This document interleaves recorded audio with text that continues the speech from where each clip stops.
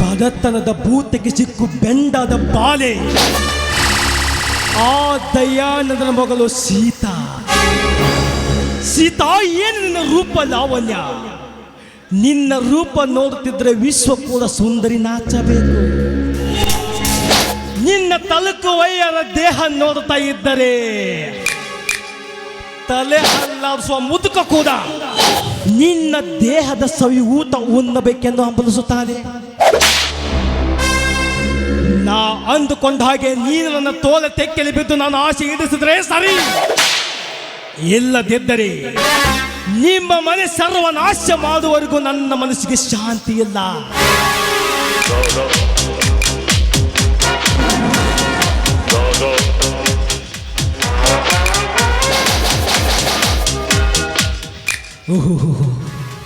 ನೆನವಷ್ಟರಲ್ಲಿ ಕಲಿಗರಂಬೆ ಇಂಥ ಕಡೆ ಬರ್ತಾ ಇದ್ದಾಳಲ್ಲ, ಬರಲಿ ಎಂದು ಶೀತಲ ಶೀಲಹರನ.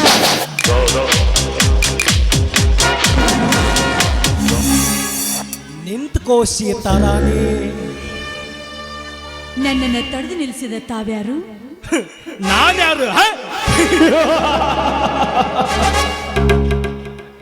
ನಿನ್ನಂತ 18 ಹರೆಯದರೆಲ್ಲರಿಗೂ ಗೊತ್ತು, ಇವನು ಜಮೀನ್ದಾರ್ ಜಗನ್ನಾಥ್ ಅಂತ.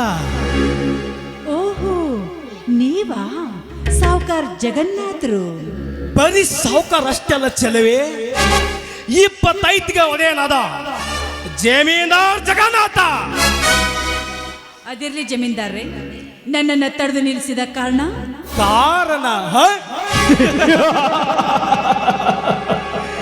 ಸೀತಾ, ಇಂಥ ದಟ್ಟವಾದ ಕಾಡಿನಲ್ಲಿ ಒಬ್ಬ ತರುಣಿಯಾದ ಹುಡುಗ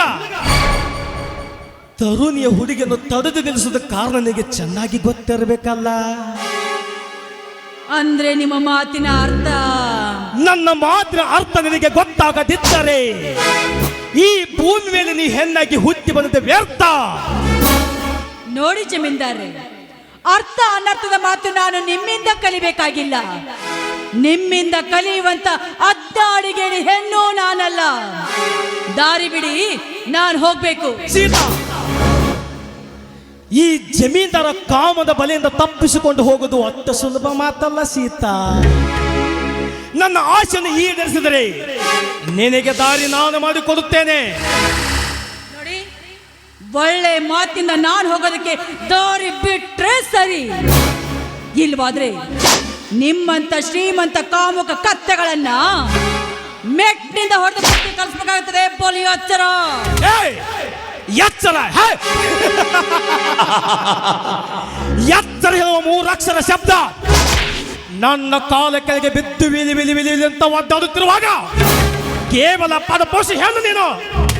ನಿನ್ನಂತವರಿಗೆ ಎಚ್ಚರ ಹೇಳಿಸಿಕೊಳ್ಳುವ ಚಂಡಗಂಡು ಸುನಾನಲ್ಲ. ನೋಡು ಸೀತಾ, ಸುಮ್ಮನೆ ನನ್ನೊಳಗೆ ಸುಖ ಕೊಟ್ಟರೆ ಸರಿ, ಇಲ್ಲದಿದ್ದರೆ ನಿನ್ನನ್ನು ಈಗಲೇ ಮುಗಿಸಿ ಬರಬೇಕಾಗುತ್ತದೆ. ದೇವ, ಕಟುಕನ ಕೈಯಲ್ಲಿ ಕುರಿ ಸಿಕ್ಕಂತಾಯ್ತಲ್ಲ ನನ್ನ ಜೀವನ. ಹೇಗಾದ್ರೂ ಮಾಡಿ ಈ ಜಮೀನ್ದಾರ ಕೈಯಿಂದ ತಪ್ಪಿಸ್ಕೊಂಡು ಹೋಗ್ಬೇಕಾದ್ರೆ ಇವನಿಗೆ ನನ್ನ ಮಾತಿನಿಂದ ಮಳ್ಳು ಮಾಡಿ ನನ್ನ ಶೀಲವನ್ನು ಕಾಪಾಡಿಕೊಂಡು ನಾನಿಲ್ಲಿಂದ ಪಾರಾಗ್ಲೇಬೇಕು.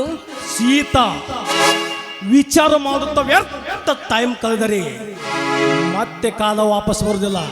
ಬಾ ಸೀತಾ, ನನ್ನ ಮನದರ್ಶಿಯಾಗಿ ಬಾ. ನೋಡಿ, ನಾನು ನಿಜ ಹೇಳ್ಬೇಕಂದ್ರೆ ನನಗೂ ನಿಮ್ಮೋಳು ಹಾಕ್ಬೇಕಂತ ಬಹುದಿನದಿಂದ ಆಸೆ.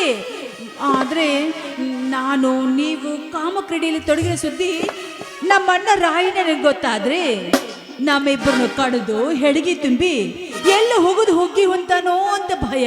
ಸೀತಾ, ನಿನ್ನ ಅಣ್ಣನಿಗೆ ಹೆದರಿ ನಿನ್ನನ್ನು ಮಧ್ಯದ ಕೈ ಬಿಡುವ ಸಂತಗನಸು ನಾನಲ್ಲ.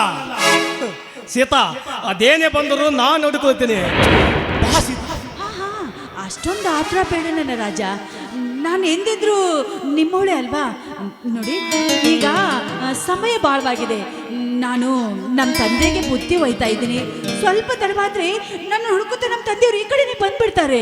ಅದಕ್ಕಾಗಿ ಸೀತಾ, ಕಾಮದ ಊಟವನ್ನು ತೀರಿಸಿಕೊಳ್ಳಲು ಬಂದಿರುವ ನನಗೆ ಸಮಾಧಾನ ಮಾತೇಳಿ ಮೋಡಿ ಮಾಡಬೇಡ. ನೋಡು, ನನ್ನ ಮನತನುವಂತೆ ಒಂದು ಗೀತೆನಾದ್ರೂ ಹಾಡಬೇಕು. ಹಾಡ ನಂಗೆ ಹಾಡು ಬರೋದು. ಹಾಡು ತೊಯ್ದ ಸಾಯ್ತು. ಹಾಡಿಗಿಂತ ನನಗೆ ನನ್ನ ಶೀಲನೇ ಮುಖ್ಯ. ಆಯ್ತು, ನಿಮ್ಮಿಷ್ಟದಂತೆ ಹಾಡ್ತೀನಿ. ಮಾನಸ ಲೋಕದ ಪ್ರೇಮ ಕನ್ಯೆ ಕೊಡುಬಾ ಕೊಡುಬಾ ಮೊದವನು ನೀಡುಬಾ.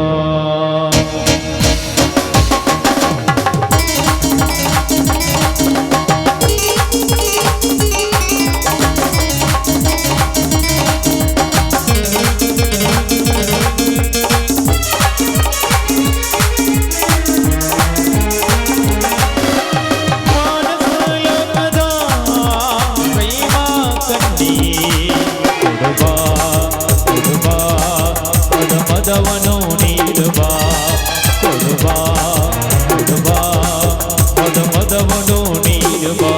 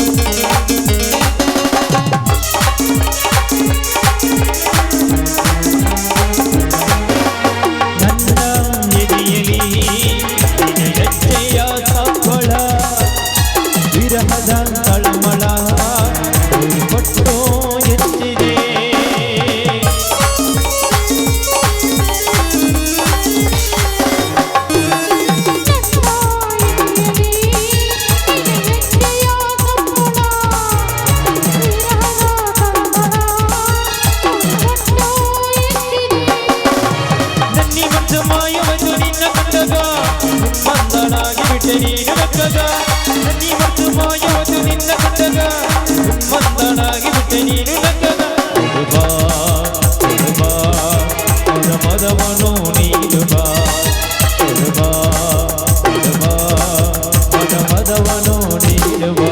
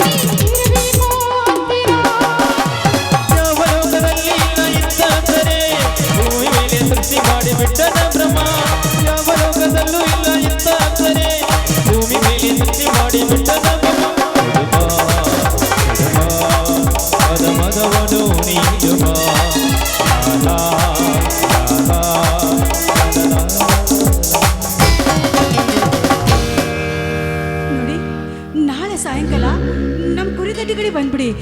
ಅಲ್ಲೇ ಇಬ್ರು ಒಂದಾಗೋಣ. ನಾನು ನಿಮ್ಗೋಸ್ಕರ ಕಾಯ್ತಾ ಇರ್ತೀನಿ. ಬಾಯ್.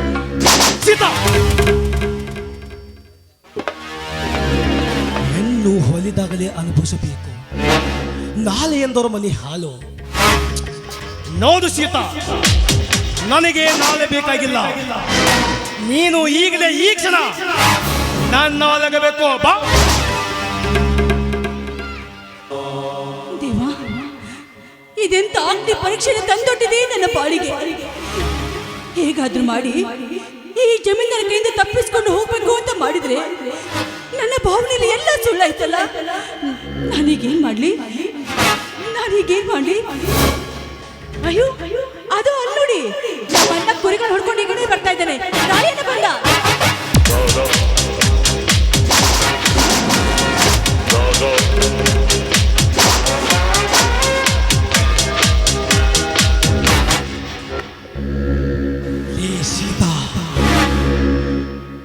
ಮೋಸ ಮಾಡಿ ತಪ್ಪಿಸಿಕೊಂಡು ಹೋದ ಸೂಳೆ.